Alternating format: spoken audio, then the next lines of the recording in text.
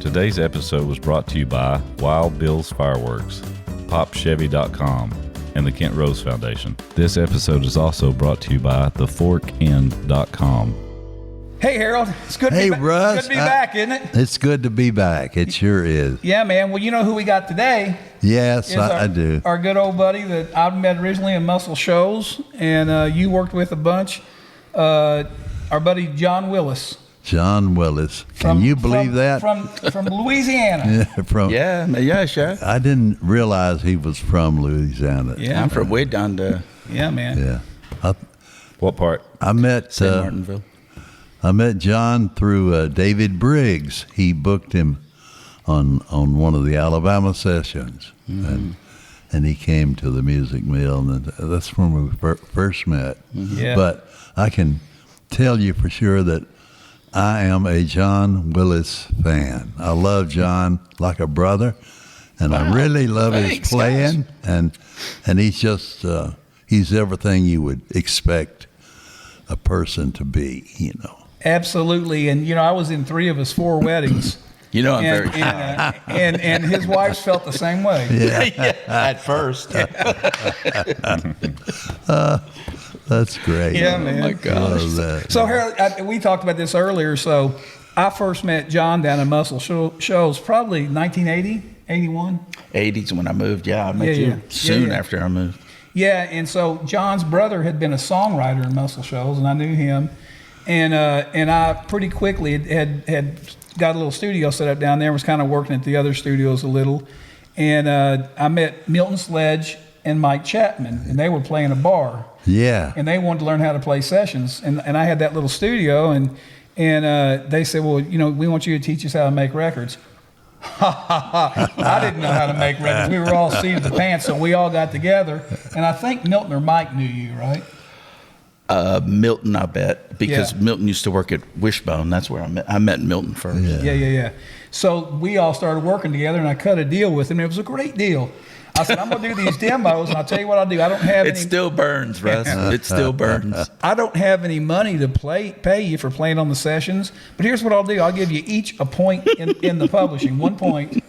And I don't know how many demos we did in those days, but, man, we must have done hundreds and hundreds. Oh, gosh, it was crazy. And they'd come in and get in the studio, even when I didn't have heat one year and it was cold. We'd fight over the heater. Yeah. So that's how we first met. But my first, John was the first of those guys to me, as I remember, maybe Milton, because I know you booked Milton to play on a thing. Yes. But one of those 2 guys, either one of them, were the first to actually go up and do a session in Nashville, a big session, and you had booked them both. Oh, it was Milton, yeah. And Milton maybe first to play on some kind of record, and then John got booked to come play on whatever, and that was a big deal to all of us because Touch Me When We're Dancing.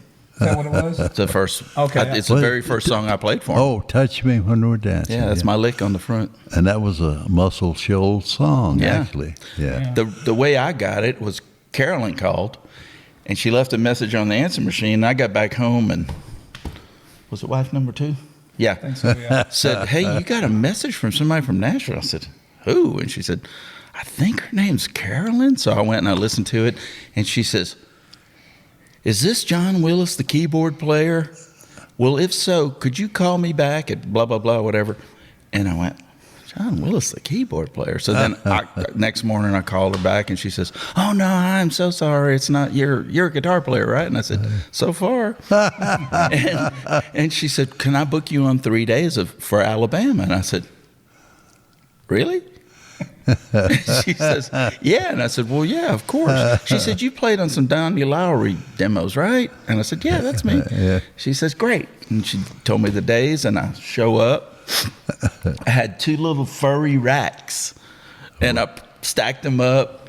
And I knew Randy a little bit, but I really knew Teddy because I had worked at his house a few times, at his home studio. Yeah.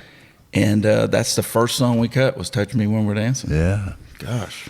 I guess I didn't realize that. That was the first one. Wow. Yeah. And That's crazy. And look at us now.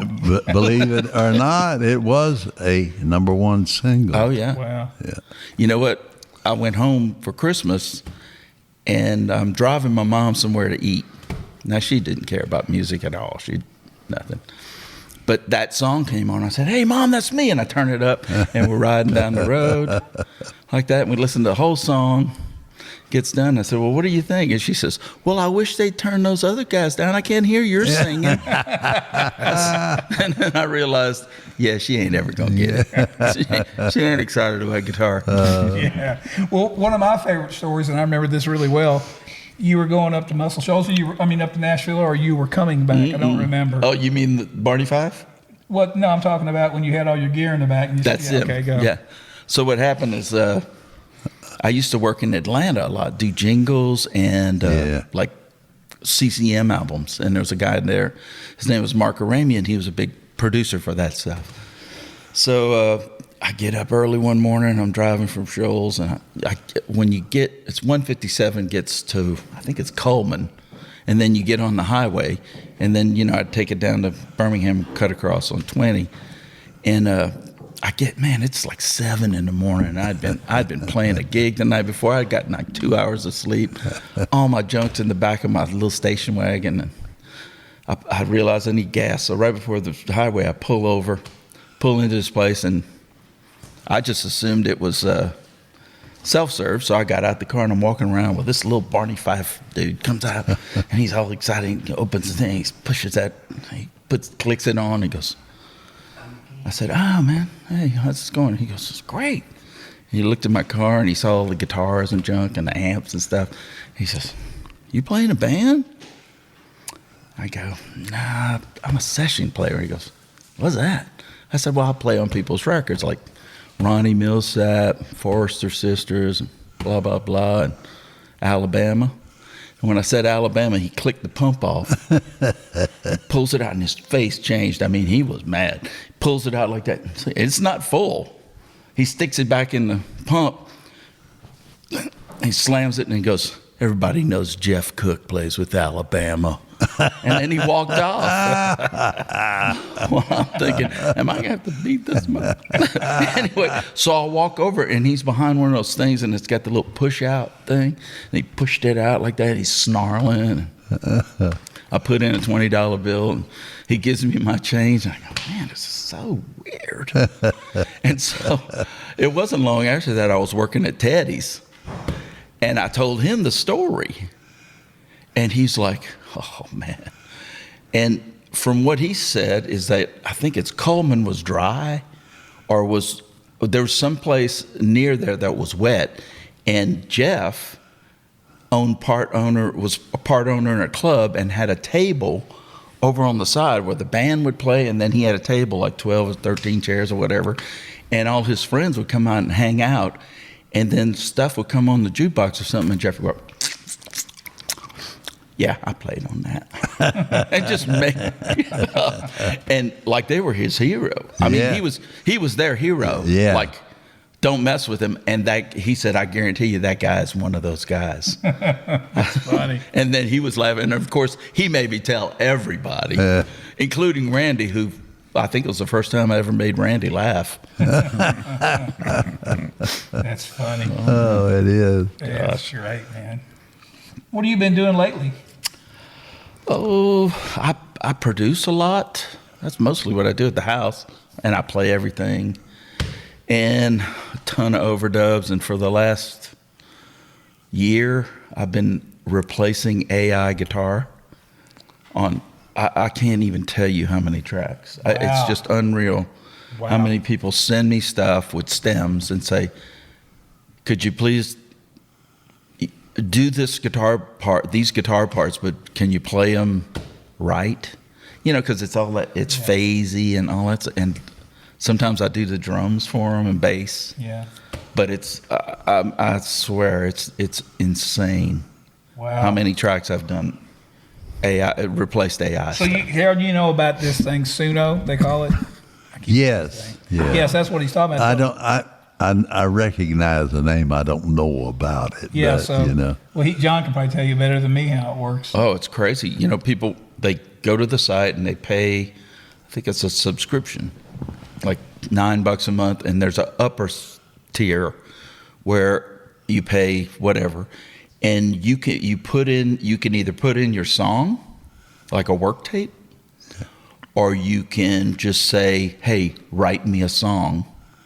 And you put in the parameters like country, modern country, whatever, and the longer your string is, the more specific it gets. Yeah. And then if you have the top tier, they'll give you stems back, like all the guitars and all the drums or whatever, and it writes your song.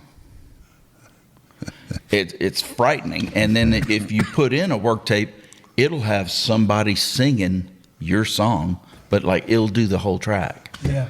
Yeah. And it's killing the demo business. I mean, and the source music business is pretty much gone. Yeah. It's unreal. It's basically Napster on steroids for work for people. Yeah. But those stems come back with an ID on them. They can tell that it was done with AI, and then they don't sound great. They're like phasey. Yeah, it sounds like a cheap MP3. So they come in and give you the stems and ask you to replay it. Yeah, and they'll sometimes they'll keep stuff.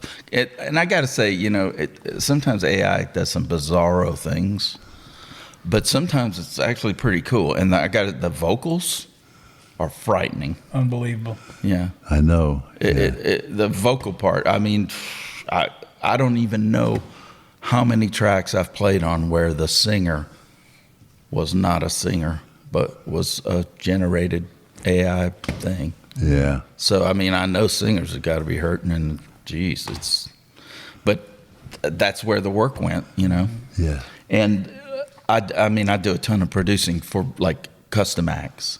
People who come to town and they need some stuff that sounds good, and they need it fairly quick. That's basically what I do. But the AI thing has changed. Like my source music business, I used to do a ton of tracks for source music. People would come in and they'd write these songs trying to get them in Yellowstone or some Netflix series. All that's kind of dried up because of AI. Yeah. Wow. Yeah. That's Okay, crazy. sorry for making y'all sad. Hey, but some of the AI things are really good. Oh, yeah. Yeah. I can see how it might be replacing some artists and players, Yeah. great players. Yeah. And which reminds me of you again. About how many, not just records, but how many number one records have you played on, or do you keep a log? I don't keep track of it, but my wife did a search. I don't know why. About 6 months ago on streams. And she said, well, you're number 11 guitar player. I said, huh? And she said, in streams, you are on like billions, like 11 billion. I don't know what it was. And she said, you're ranked 11th. And I said, I don't think so. And then she showed me, and I said, what am I going to say? Higher number 11? But I mean, it's flattering and it's cool. She did see 1 week on the charts.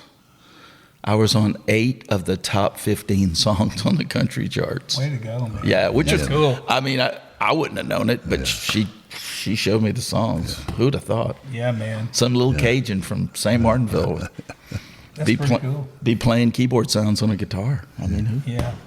That's way cool, man. So in the beginning, in addition to your incredible work with Alabama, you did some work with a really good friend of mine and yours, I'm sure, a guy named Bud Logan. Oh gosh, yeah. I know you played on a lot of his big records. Yeah, Bud. I met him through Russ because he used to work at your studio a lot. Yes. And Russ would play him demos, and he called me one time. He says, hey, man, you played on this demo. And I said, oh, okay. And he says, could you do the record? And I knew he used Brent Rowan a lot. Yeah. And I said, sure, yeah. And I was kind of dreading it because, I mean, Brent Rowan, great player, but in a studio context, he was kind of overwhelming. So, but I show up and Brent's not there. And so he plays the demo and I go, okay. So I go out, and the funny thing about Bud is, Bud was very specific about things. Yes. And I just assumed he wanted what was on the demo. So I go out there and I start playing what's on the demo, and he goes, hey, John. And I go, yeah. And he goes, yeah, don't play that. I hate that. He literally said it. And I said, oh, okay, well, I thought you wanted me to play what's on the demo. He says, no, I like what you were going for. And I went, well, I kind of went for it. It was kind of there. And he says, yeah, play something different. So we got to be friends, and I played on a ton of stuff for him. And I mean, he was like, he would describe songs in a certain way before we would go out and play, which I thought was hilarious. But I mean, he meant it, you know. And yes. It worked. I mean, jeez. Yeah, Bud knew a lot about songs. Oh, man. Yeah, man, Obviously, he did all of those great John Conley hits, you know. And I had the pleasure of co-producing a couple albums, artists I had signed at Mercury. And because I like Bud, but I liked his thought process, and he didn't want what he had just heard. He wanted something better, and he always got it too. And you had a good engineer. Name was Pete Green. Oh gosh, yeah. Do you remember Pete? Yeah, I saw Pete maybe 6 months ago. Okay. I've been knowing Pete since he was a teenager in Muscle Shoals. He was the assistant engineer at Muscle Shoals Sound. Yep. That's how I met him. Yeah. We used to joke around because we were both like kids. Yep. Yeah, he loved the music mill. He came there a lot and worked there a lot with Bud. Yep. And that's really how I got to know Bud. And it turned out that so good. Well, I'm glad you brought you know- him up. That's good. I hadn't thought about him in a while. Yeah.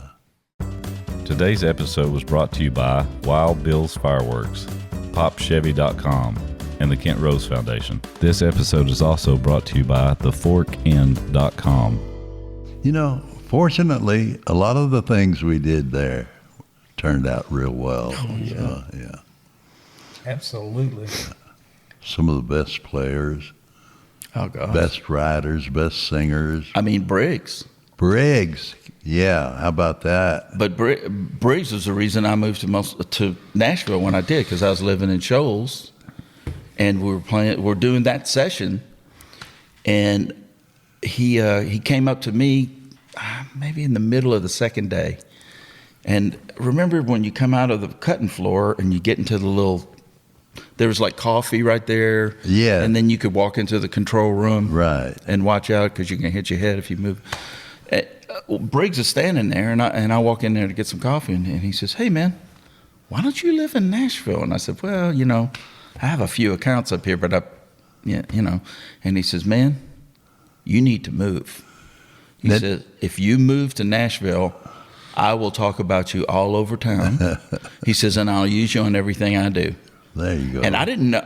All I knew was Briggs was the leader on session, and you know, great keyboard player, and he had played with Elvis. That's all I knew. Yeah. And so I walk outside. I walk out and go into the lobby, and Jim Cotton comes out, and he says, "Hey, man, you need to move." And I said, "Yeah, you know, David was talking about it." And he says, "No, you don't understand. Do you know who David Briggs is?" And I said, "Yeah, he's right. Yeah." He says, "No, you need to move." And I said, "Oh." So then I walked back in, and I told David, I said, "Dude, I'm moving up here next week." And he says, "Great." He says, "As soon as you do, call, oh gosh, what's her name? His secretary, Oh, Nancy." Nancy. And I knew Nancy from Shoals. And I said, "You mean that Nancy?" He goes, "Yeah, that's my secretary." I go, "Great." So I called the next week, and man, he booked me on more shit. He would call. I'd be home, you know, just waiting for a phone call. And the phone would ring, I'd pick it up, and then David would say, "Hey, what are you doing?" I said, "Nothing." He says, "You got an acoustic guitar?" I said, "Yeah." And he says, "Get down here right now." And they were cutting a Dr. Pepper jingle. And he says, "Just get in there, bang some chords, and sign that card." And I said, "Great." So, you know, I get in, and Brent, you know, his guys were Brent Rowan, Larry London, Paxton, and him. Barry London. Yeah. Oh, how And- great was he? Oh my gosh. And it was like definitely a song that didn't need acoustic guitar. It was just a rock song. But I'm banging any chords like that. Get to the end, sign the card. That one card was worth $15,000 Wow. because it got picked up, Dr. Pepper. Yeah. And I'm like, man, David, I don't really know what to tell you other than thanks. And I said, I don't know why you like me. He says, because you never clutter up that first fucking verse. I said, what? He says, you know when to play and when not to play. Wow. He says, and I am sick of telling people not to play. Yeah. And that's why I moved. It was at your place. You're partially to blame for all of this. Thanks, Harold. Well, I blame David. Oh my gosh. I love David. He was such a great person. Man, no kidding. So talented, you Very. know. And self-effacing about that. Yeah. Like we were cutting a big band album for the guy at Tree, Buddy Killen. Buddy Killen, and it was like big band charts. I mean, it was chords for days. And he says, David, could you take a piano solo on it? It was in the key of B, and it had more chords than you could shake a stick at. And where I'm sitting, I could see David's face, and he goes, yeah, okay, sure. And they roll it, and he blows through it like it's nothing, and gets to the end, he goes, is that good enough? And it was amazing. And so he comes out of his booth, and I go out of mine, and I said, dude, what was that? And he says, what? And he says, you're on piano, it's the key of B, and there's 8 million chords, and you blew through it like it was nothing. What the? And he goes, yeah, whatever. He says, I've been sitting in front of that thing for a long time. I should be able to play something, shouldn't I? And then he walked. It wasn't like a big deal for him to not play. He would give stuff away to other guys. I mean, he hired Shane for all that CMA awards. Yes, yeah. Because he didn't, not because it's just that wasn't exciting for him, but even though he can do it. Yeah. That's crazy. You were at David's service at the Ford Theater, Yeah. And Shane was there. Yeah. Yeah. Gosh. I guess when I met David, I just liked him and what he did so much in his mind. He's so smart. Oh, yeah. And I didn't know anything, musically much. And I wound up, David was my first call, yeah. and he taught me a lot and helped me a bunch. And I guess in the end, I would say he played on 75% of the records I ever made after I met him. Yeah. And you guys were like family. I mean, you guys were really tight. Yeah, we were tight, yeah. I saw him, we went to dinner 3 months before he passed, and I went down to, what's the shopping area south of Nashville? Cool Springs. Oh, Cool yeah, Springs. Yeah. And spent better part of an evening at Bonefish. Oh, my gosh. Yeah. They have Patron. That's why we went there. That's good. Yeah, but those were wonderful days. And now, did you play acoustic before electric guitar? In Muscle Shoals, you did it all. I never really thought of one or the other. Okay. Because when I moved there, they would only hire one guitar player, and you'd cut all these songs, and you just jump on acoustic, do the rundown, jump on electric, do the overdub, next song, whatever.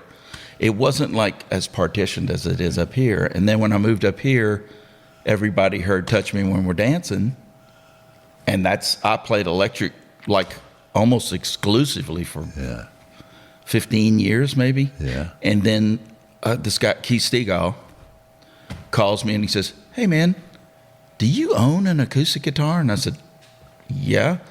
And he says, you want to play on my record? And I said, for who? And he says, no, for me. And I said, yeah, sure. And I played on that record, and that record got me more acoustic work.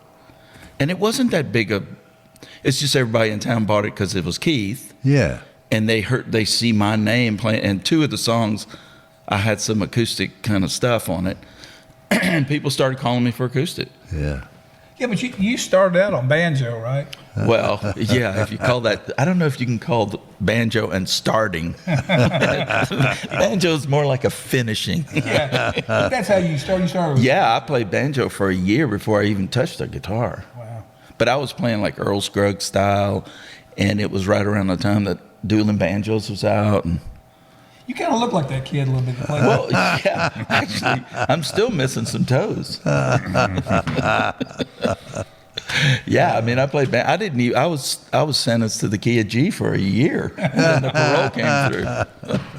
That's fun. Yeah. I didn't know anything about session playing.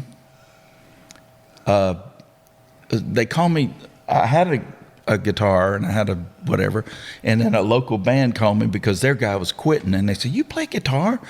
I said, "Yeah," and they said, "Well, why don't you join our band?" I said, "Well, okay, but I mean." Let me go get a guitar. I had to literally go and buy an electric guitar that was solid, that wouldn't feed back, because they played, Fats Domino, whatever was on the radio, they would play. And I played in that band. We played every Friday and Saturday night, sometimes twice, because everybody would hire bands to do weddings. They didn't hire a DJ. They would always have a band. And so we would do Saturday. Sometimes we'd play 3 gigs on a Saturday. It was crazy. But I would just learn what was on the record. I just assumed what everybody assumes, that the band that plays with them on the road played that. And I was at a music store getting some strings, and there was a magazine called Guitar Player, and it had Larry Carlton on the front. I went, oh, that's cool. So I got that, and I read his article. And he was talking about playing sessions back in the 70s in L.A. and how every day you show up and you play a different song. And I was like, oh, I got to do that, because I was so sick of playing Blueberry Hill and, walking to New Orleans every night, sometimes 3 times a night. I said, man, I want to do this. And that's how I found out about the sessions. Wow. And look at the trouble it's caused. Yeah. But you got rid of that banjo. Oh, yeah. Yeah, but then it came back. I played on that Shania album. Yes. Oh, yeah. And then every banjo player in town would text me and say, I hate you. Oh, my gosh. I forgot about that. Dude, I'm telling you, what was funny is that Mutt was producing Shania. Yeah. And he called Dan Huff. And I just worked for Dan on a, what's that girl's name? The Judd, Winona. And I had played banjo on one of the songs. Like this, I'd found this 6-string banjo, and I played it all with a pick. I didn't use finger picks, more like a guitar, kind of funky and stuff. And just by happenstance, Mutt calls Dan and says, hey, man, I need an acoustic player that can hit the guitar really hard. And Dan says, man, you ought to get John. He says, and make sure he brings his guitar, his electric guitar, and his banjo. And Mutt said, banjo? And Dan was telling me this, and I was like, well, thanks, man. I appreciate the... And then he called, and I played on that Up album. Yeah. And, oh, my gosh, the banjo. It was crazy. It was. Yeah, man. I really got a lot of work from that. Heck, I think I played banjo for you once. Yeah. Yeah, that's... But I think I burned that one, didn't I? Yeah. I don't blame you. I'd have given you the matches. Did you grow up playing music in Louisiana? I never grew up. No, I mean, I literally didn't give a shit about music. And I was 15. I wanted to be a football player, but obviously I stopped growing and everybody else kept growing, and I was going to get killed. So I was 15 years old, and my dad was sitting in the living room. And he used to watch Hee Haw and make fun of their accent. Now, let me tell you, my dad used to talk like this.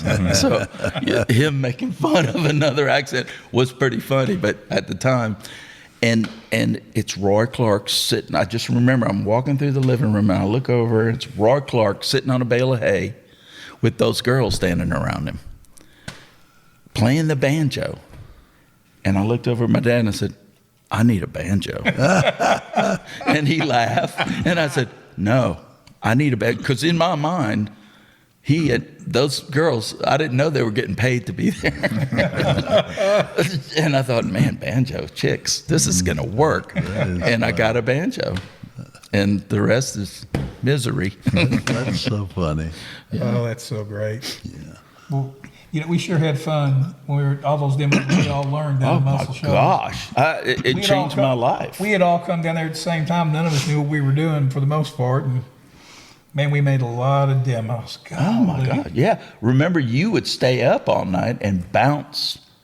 We did a tracking session. We'd do like 30 songs or something, and you'd stay up all night and bounce them all to 2 tracks of the 8-track. I had an 8-track, Harold. I had an 8-track, so I had to bounce tracks to overdub. Yeah. Oh yeah, and then I'd come over the next morning, and then we just overdub on all of them, and we just play whatever, and then Russ would go, nah, not that. Yeah, that. Okay.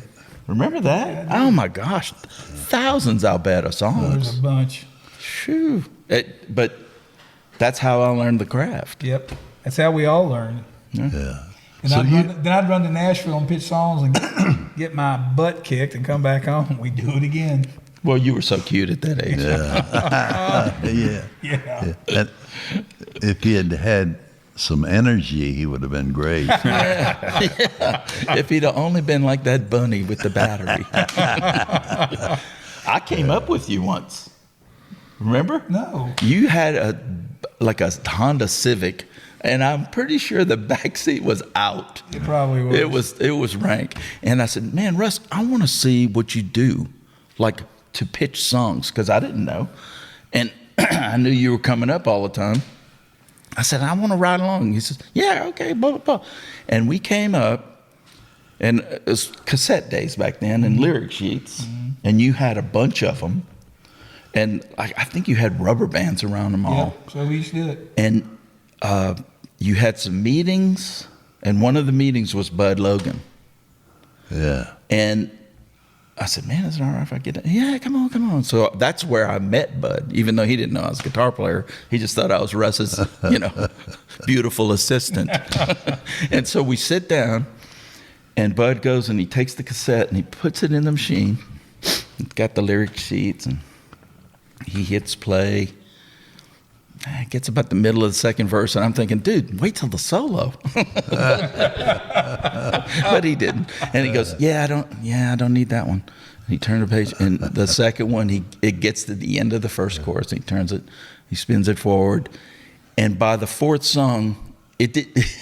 I don't even know if it got past the intro. And he says, yeah, Russ, I think I'm good. And Russ goes, well, thank you. And then we walk out, and I said, why didn't he listen to the whole song? He says, oh, no, he's busy. He said, this whole thing, he says, was him being polite to me. He says, that's the thing. He says, 99% of what you throw, they don't catch. He says, it's not that. He says, it's Bud Logan being nice to me. Yeah. And I went, wow. I said, but man. Tough gig, man. It's a tough gig. It's harsh. Yeah. I learned one of the best lessons ever from Bud Logan. I'd come to work with Harold, and I had a song I just knew was a hit, and I played it for him, and he said, nah, I don't think so. I said, I'm telling you, Bud, it's a hit. And he goes, nah, I don't like it. And I said, okay. So I walked out. So I had a meeting a few months later, and I went over, and I had a couple songs, and I played that song again. He goes, I told you I don't like that song. I said, I'm telling you, Bud, it's a hit. He said, I don't care. I don't like it. I don't like it. And I said, okay. Third time. A few months later, I go back, and it's on there again. He goes, I know this song. I said, I'm telling you. He said, I told you I don't like it. I said, I'm telling you it's a hit. Well, it came out, and it was a hit. So I've been in Nashville for a couple of years by that time, so I go to see him one day, and I walked in, and I said, how about, that song? It's a hit. He said, I don't give a shit. I still don't like it. I get it. Oh my God. I understand now. Yeah, you got to like it. That's funny. You remember what song it was? I'm trying to think which one it was. It's funny, and that sounds silly, I know, when you have hit records, but I'll answer that question by saying Harold and I were at the BMI Awards one night, years later. We weren't getting any awards, and we were having cocktails at the cocktail party before it started. And a writer walks over, hey, how y'all doing? Good to see you. We're shaking hands and talking to him and everything. He left, and Harold said, we had a hit with him. And I said, yeah. He said, what was it? And I went, you remember that?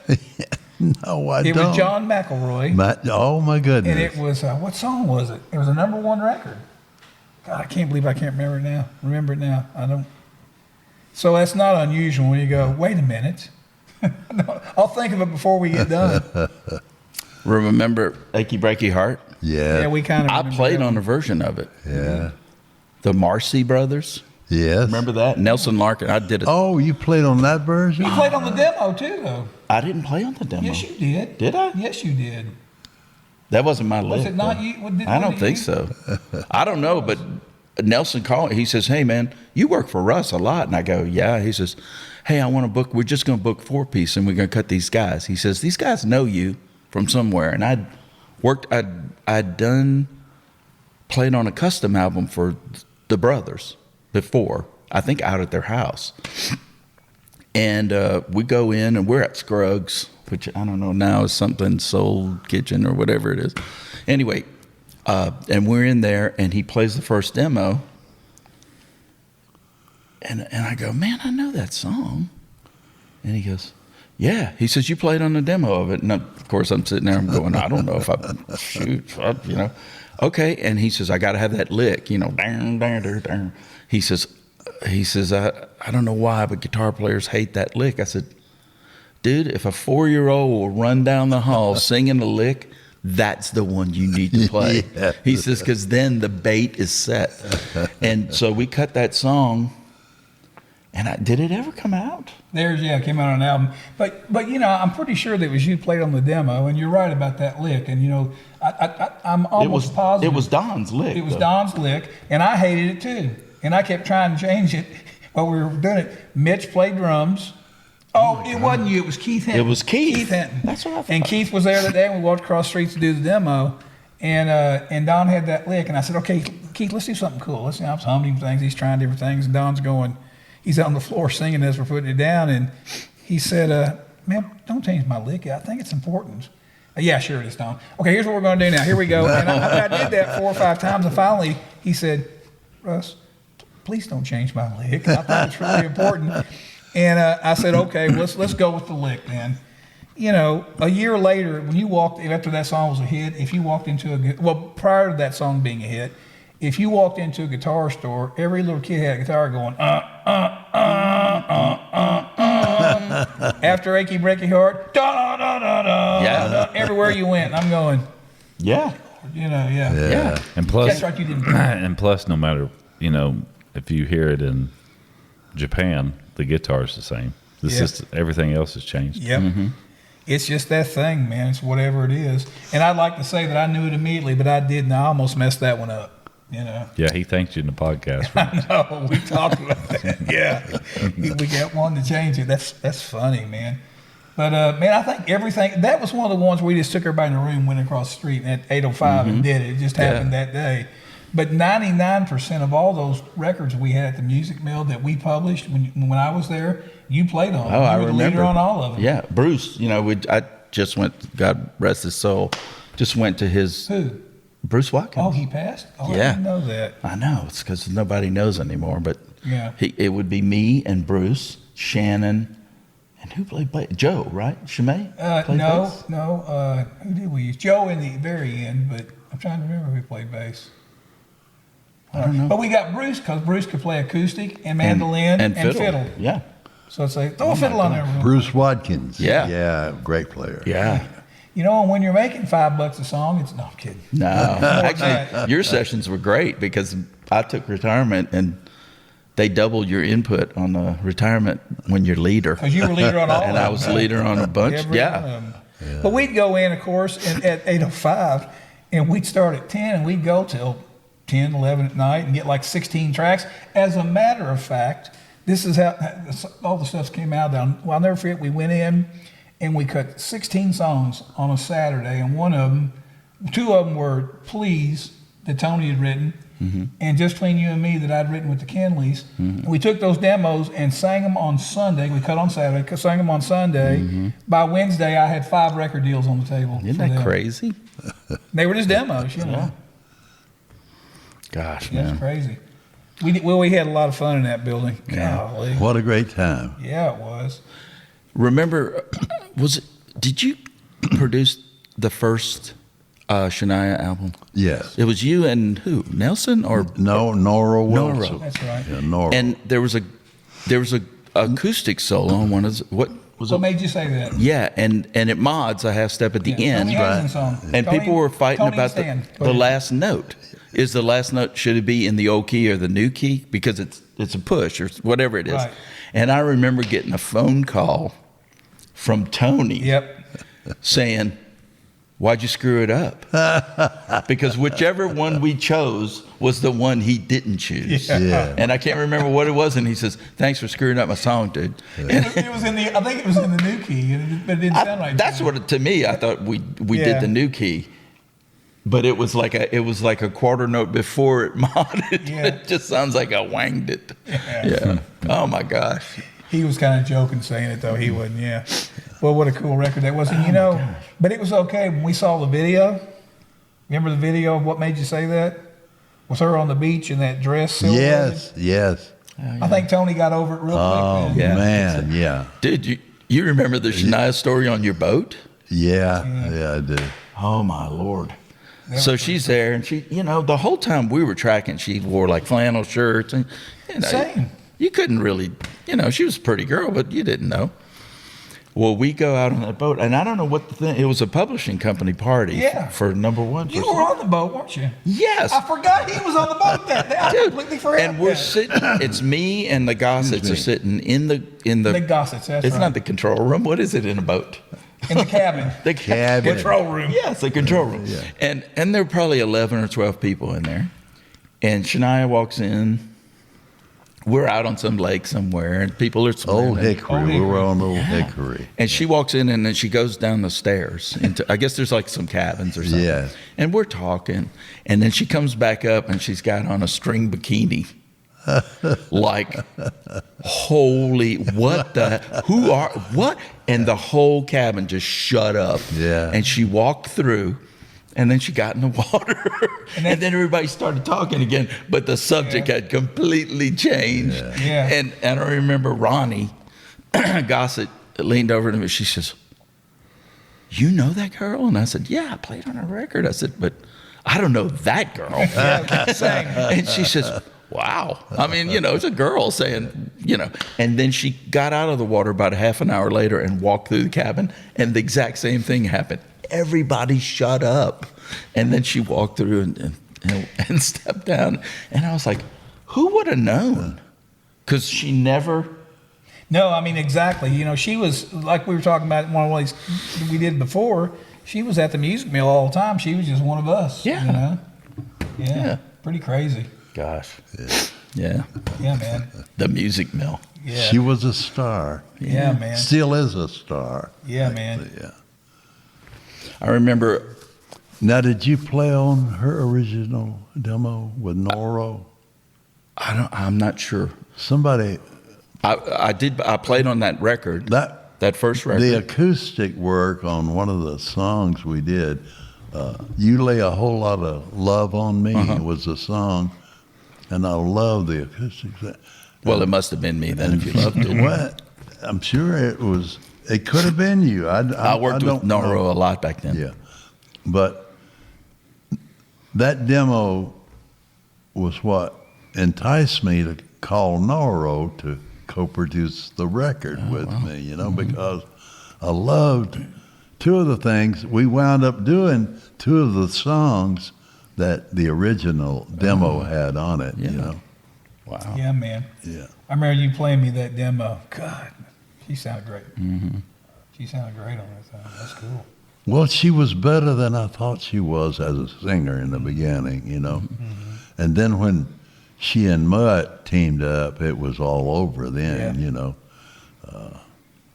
he put those Def Leppard tracks. Oh, yeah. on the- I mean, and they were great. And he took her ideas and wrote some really good Oh my gosh. radio Hook. songs. His hook. He told me, we're working the Bahamas on that Up album, and I'm just Gurman Mutt because, AC/DC, Def Yeah, Leppard. right. How many times I've had to copy his production guitar stuff on songs, thousands and thousands of times. Play something like Def Leppard. I mean, I heard that a million times. And so he's sitting there, and basically how we cut that whole record is I would chart the song. He had a track already done, drums, maybe an acoustic guitar, maybe, and I think he had, and bass. And I would chart it.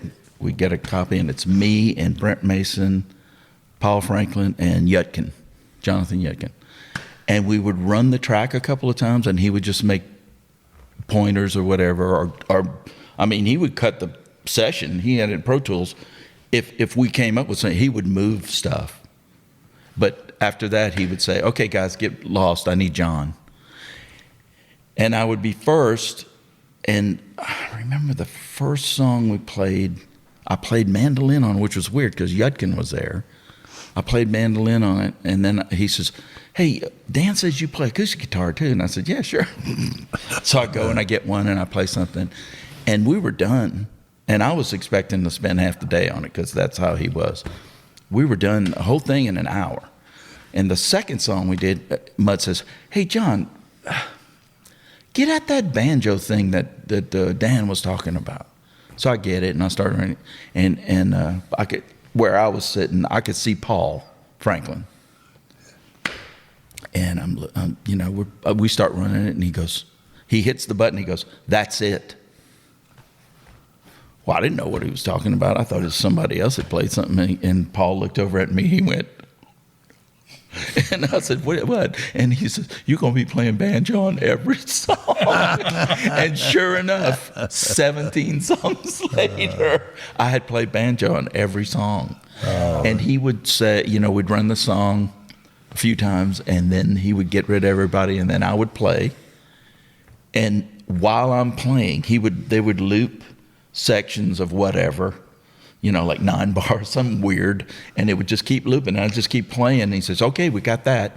And while I'm playing, because it's loop recording, he would grab bars and push them up into a comp track, which I don't know if people know what that is, but anyway, he would take pieces and move it up and save them, and then he would make a part out of it, and then we go to the next section. He'd go, okay, good, we're good. And then I'd be out of there like an hour. And I remember one day specifically, I go in there, I'm done, and I'm kind of bored because we're stuck in the Bahamas. I know it sounds funny, but he didn't want us to leave, so we could go to the hotel down the street, on the beach, but don't go far, because if he needed us, he wanted to be able to, because he's paying us, 3 double scale sessions a day, which is pretty sweet. Yeah. And so I'm in the studio, and I'm going, no, I'm not going to leave, because Paul was next. And, Paul, come on, he's arguably the best steel player that's ever lived. Man, he is just so incredible. Good. Yeah. So I figure he'll be done in a second. He is so good. So I grab in the lobby, there was a Clive Cussler novel. It's about this thick, like 1,000 pages. And I start reading it, and from where I'm sitting, I can hear Paul's amp. So he gets in there and he starts, and it's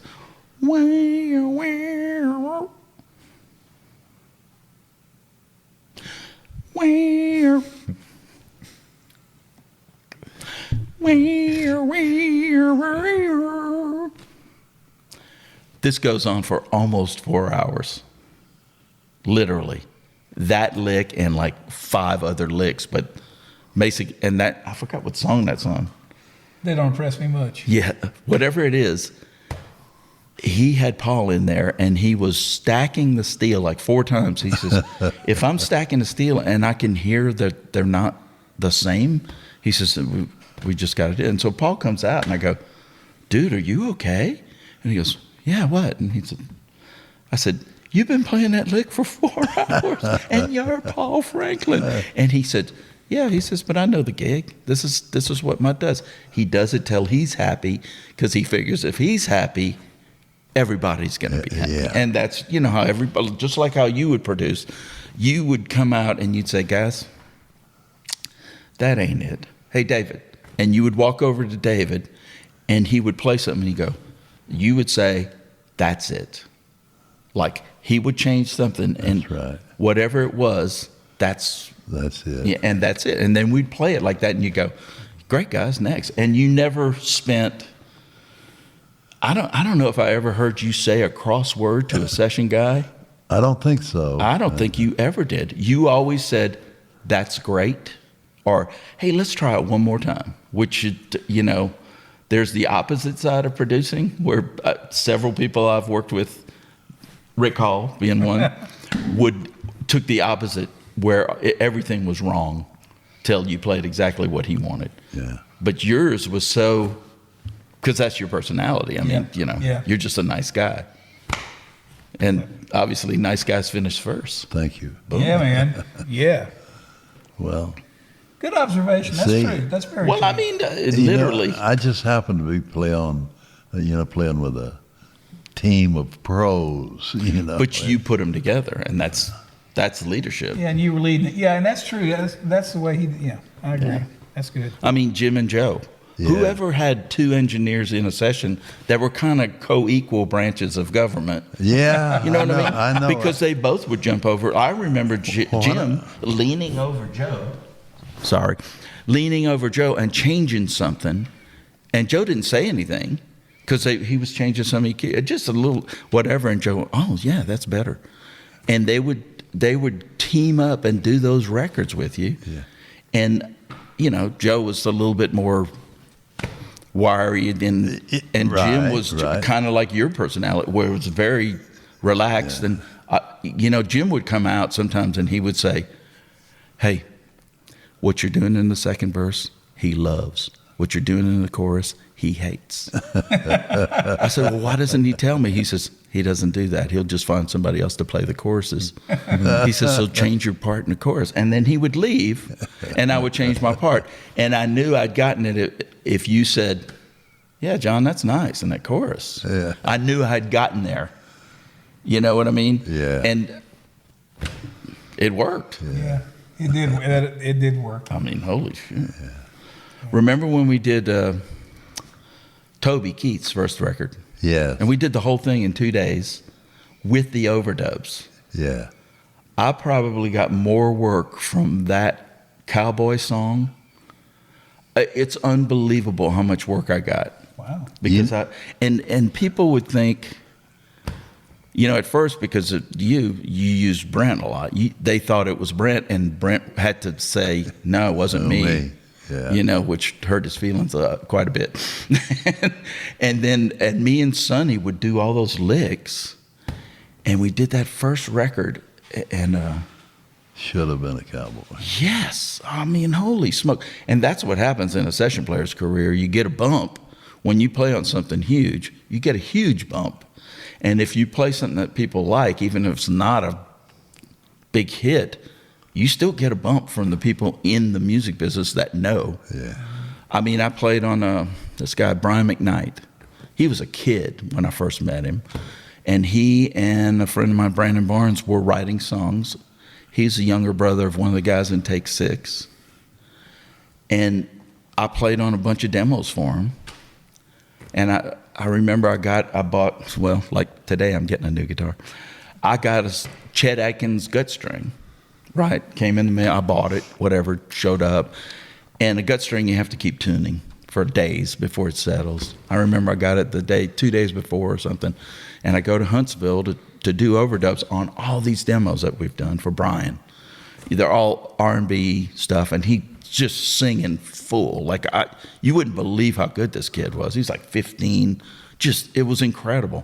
And no charts, because they didn't know what the names of chords were. So Brandon would play me the song, and I would say, yeah. And then would chart. Well, it's the end of the day. I think it was like 10:30 at night, and I knew I had to drive back because I had a session the next day, I think at your place. And I'm pretty whipped. And Brandon says, "Hey, maybe we should try a guitar solo on blah, blah, blah song." And Doug Smith owned the studio and owned the publishing company that they were writing for. He says, "Yeah, let's try that." And this was back in tape days, man, with the smell of tape, the romantic smell of tape. I love that smell. Me too. He says, "Hold on, it's on a different reel." So he's running it off. And I said, well, what kind of song? And he says, oh, it's a ballad. I said, well, do you have a chart? He says, nah, but I'll just yell the chords. Okay. So I said, hey, you want to try this gut string thing? He says, well, yeah, sure. So I get it out of the case and I start tuning it. I had one of those old, remember that Peterson Strobo tune? Everybody thought it was amazing because I spent $600 on a tuner. The old Peterson had the spinning wheel. Oh, yeah. It was like a con Strobo. Remember when everybody used to get around and share one? Yeah. I wasn't for that. So anyway, I put it in there and I start tuning it like that. And it gets to the song and they start playing it from the top. And Brandon said, okay, so the solo, it mods up a half step. I said, so what key are we in? And he says, F sharp. He says, but it's going to go, and the first chord's a G something. He couldn't even, he said, I know it's a G chord. So I'm still tuning, and I grab it, and I plug it into the rack, and we had already gotten a sound, I know that, and I start playing, and he's yelling chords. So I wait till he yells a chord, and then I would play something.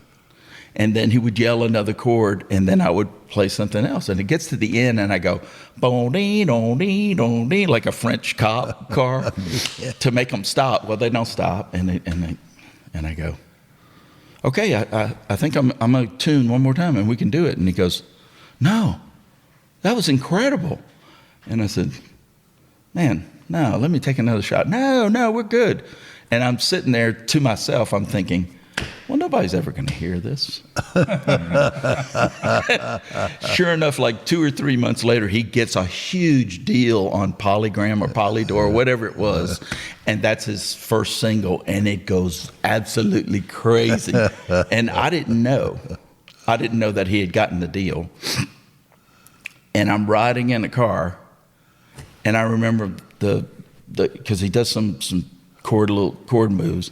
And then Brian started singing, and I hear it on the radio, and I go, whoa, that's him.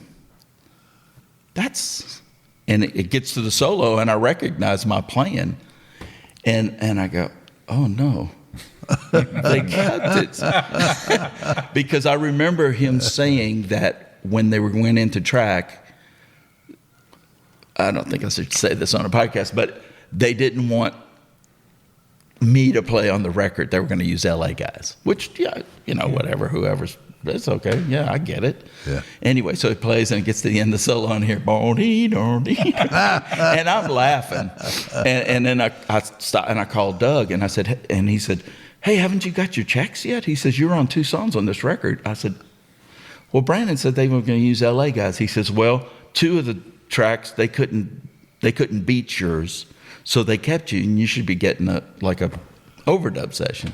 I said, oh, that's cool. Yeah. I said, so how big is this song going to go? I mean, how are they behind it? And he goes, oh, it's going all the way. And I said, really, with that solo? And he says, you're going to get more work from that solo. And I hate to say it, he was right. Yeah. I mean, those are the kind of bumps that a session player gets that gets you work, and then And then, I don't know, what is that, 40 years ago, 30 years ago? Wow. 40 years ago. I still get calls from people saying, hey, you know that Brian McKnight song you played on? They literally say, can you do me a solo like that?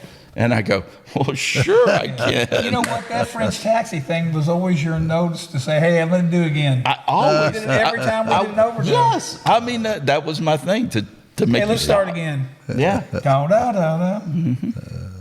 Wow. Funny. Yeah. That's funny. Yeah. I didn't know that story. I didn't remember that. Oh, man. Wow. What a great story.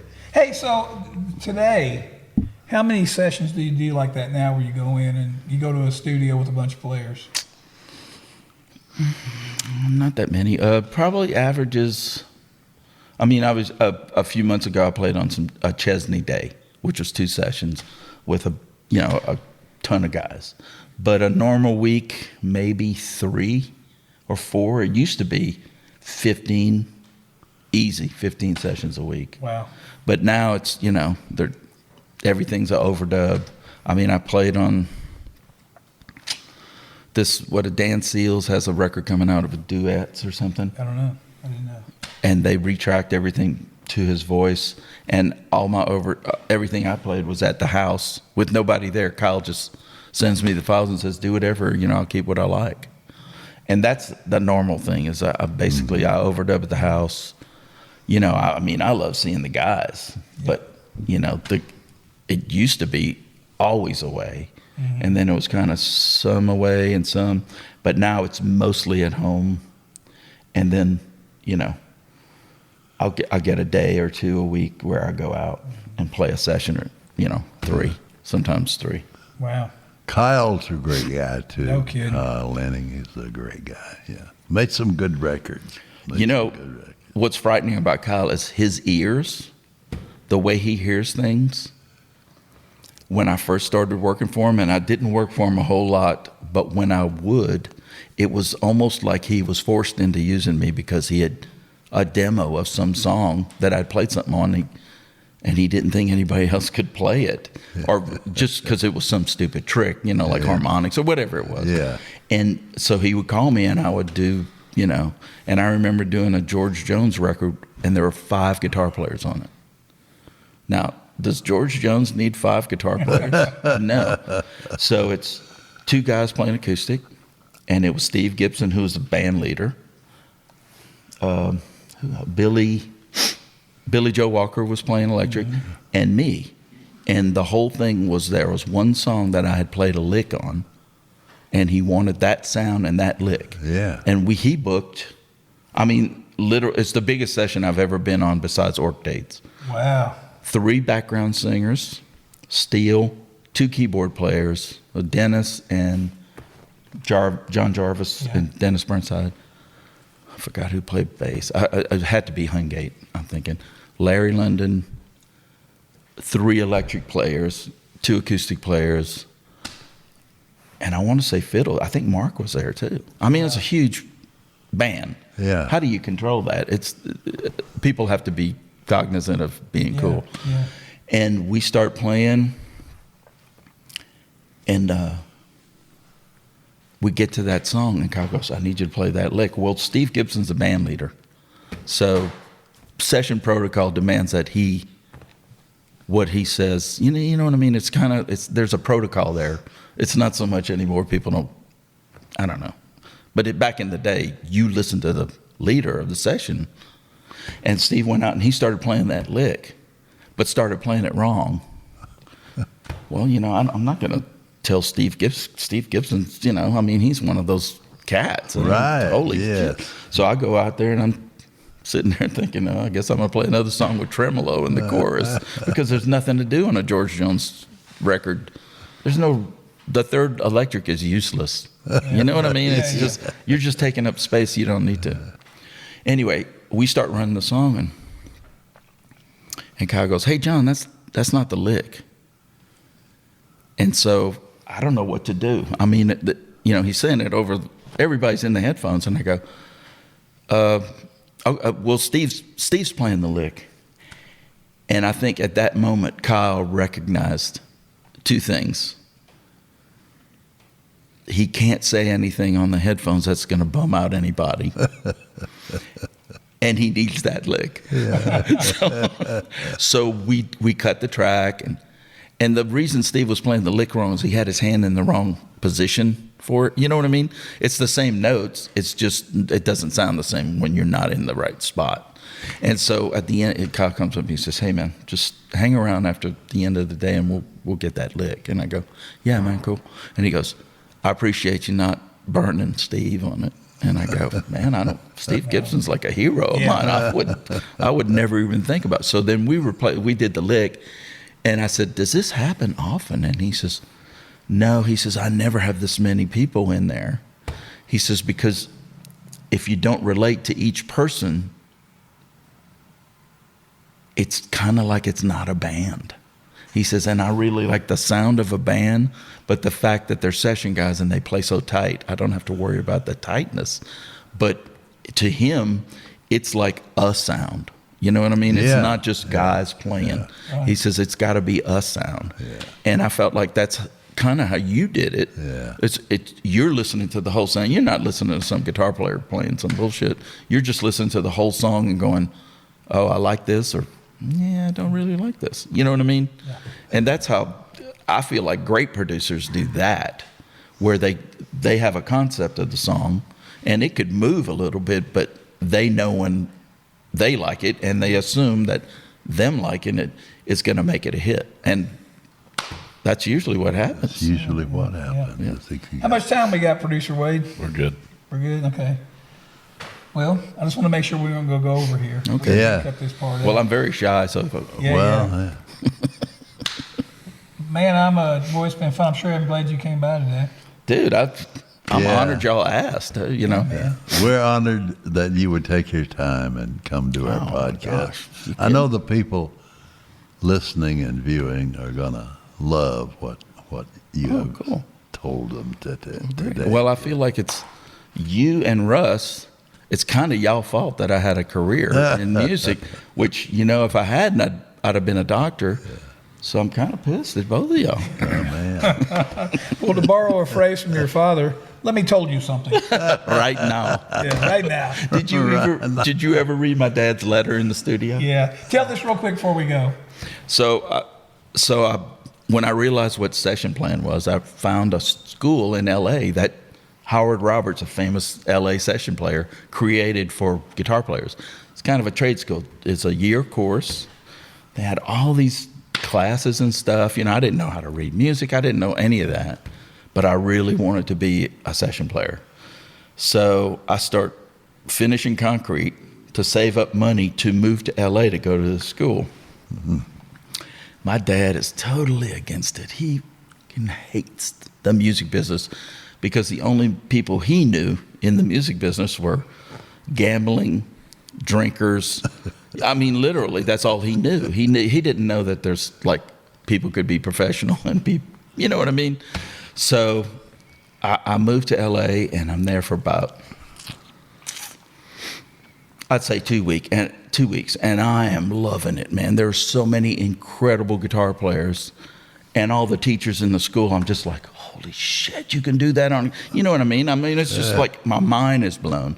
And then I get a letter in the mail, and my dad had dictated it to one of his secretaries. My dad was an attorney. And I get it, and I open it up, and start reading it. And there's a little news clipping, like from a newspaper from back home. And it says, "Dear John, you know, blah, blah, blah, blah, blah, blah. Basically, you're wasting your life in the music business, and, you know, you should get a real job." Like, because I had planned on being a doctor. I wasn't joking. I was always good in school and didn't have to try. And I liked medicine. I thought it was cool until music ruined my life. And then I looked at it and I went, mother, and I crumpled it up and I threw it away. Well, fast forward, like, I don't know, 20, 30 years. And when my dad passed, he had a file on each kid. So I was good in school. So I had, like, biology medals and, you know, all our school pictures and report cards, just everything. Like, my file was like this thick. And so, you know, when they're reading the will or whatever, they give us each our file. I don't even look in it, and I put it in the car. And I remember when I got back home, I stuck it in a box. Well, when I married Steph, we bought a house, and I was busy, so she did all the moving. You know, she hired the people to come and move, and all the stuff, and she's doing all the unpacking, and I've got the studio downstairs. It's got a bathroom, and that's when I started doing a ton of overdubs at the house, because I had Pro Tools and 8-ats and whatever. People would send stuff, and that's kind of where my career was headed. And I would wake up early in the morning, like 5 a.m., and go down there and start doing overdubs with people and then send it over the internet. And one morning I remember waking up, turning the stuff on, and I go, oh, man, I got to pee. And I walk into the bathroom, don't even flick the light on, and I start peeing, and I look, and over the toilet is a framed something, and it just took me by surprise. So I go, I turn on the light, and I read it. It's that letter. So what my dad would do is he would keep the original of whatever. He kept the original and sent me a copy in L.A., and which I'd thrown away. And she found it and had it framed and hung it over the toilet with all, like, the gold records she made me put up there. And I was like, yeah, See you, mother. Didn't it say something about getting into the building trades or something? Oh, you should find a profession or a trade. Now, I got to say, the opposite of that was he used to pop up and visit every once in a while on Muscle Shoals. And like 1984 or 5, whatever it was, one morning the phone rang at 7 o'clock, and back then we'd stay up late doing sessions and we would sleep late. And he says, "Hey man, come on down to El Biscuit Village and we're gonna have some country ham." And I go, "Where are you?" And he says, "I'm down here." And I go, "What?" So I said, "Hold on." So, dressed, go down there. I said, "Man, Pop, I wish you'd known, because I'm booked today and tomorrow for Prince Philip Mitchell, who was a big R&B songwriter back then." Mm-hmm. So it was 2 days at Muscle Shoals Sound, and he says, "Well, I'll come and hang out." I said, "Man, it's from 12 to 8, and I'm pretty sure you're not going to dig the music very much," because my dad thought music started and ended with Jimmy Rogers. That's all he listened to. And Charlie Pride and a little bit of George Jones, but it was Jimmy. So he gets in the car, and he lasted about a half an hour. He says, "Hey, man, give me those keys." So he goes and comes. I said, "Be back at 7:30, and we'll go eat a steak at Dale's Steakhouse." Okay, great. So we're at Sound, and he shows back up, and I get in the car, and we're driving. I remember we get on the bridge to cross over into Florence, and he says, "So, how much do you make today?" And I said, $1,200. And it just dead silence. About halfway over the bridge, he said, "Today?" And I said, "Yep, gonna make the same thing tomorrow." And we go down, we go into Dale's. And I knew all those guys because I was in a pickup band that used to do all the weddings and stuff because I could read. And the guy had a pack of charts, and he would just, we played every wedding. And the guys in Dale's used to do a lot of the catering for those weddings. So Charlie comes up and he says, we ordered. He said, he brings the ticket. He says, "Now who gets this ticket, John?" And I said, "Yeah, I'll take it." And my dad looked over at me and he says, "I'm going to let you." And I was, 26 maybe? And it was the first time my dad ever let me buy him a meal, ever. Wow. And the last time he said anything about the music business. Now, he didn't know, the day after that, I probably made $50 doing demos. He's just that Prince would cut these records of songs he didn't get cut that year. Yeah. He would do a vanity album, and he would pay master, and we would roll the leaders, and he had a different deal with Roger and David. So me and Clayton would roll leaders. And so, a $1,200 a day back then was huge. And it just happened that he showed up on those 2 days because he could have been there where I drove to Huntsville and made $100, But it was just fortunate. But he never said anything about the music business after that. That's fun. That's funny. That's fun. It's hard to shut up a Cajun, too. All right, man.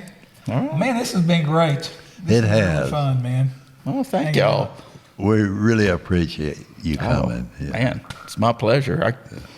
I remembered things I didn't remember. Yeah. All right, man. Well, thanks for coming, brother. Yeah. Thank you. And Harold? Thank you, John. Thank you. Producer Wade? Producer Wade? Thank you, Wade. Great job. Today's episode was brought to you by Wild Bill's Fireworks, PopChevy.com, and the Kent Rose Foundation. This episode is also brought to you by theforkend.com. Tune in next week to the music station, WWCC with Harold Shedd, broadcasting live from beautiful downtown Bremen, Georgia, 1440 on your radio dial. What you just heard just happened. Thank you for listening to Behind the Shed. We hope you enjoyed it. Tune in next week as we go Behind the Shed.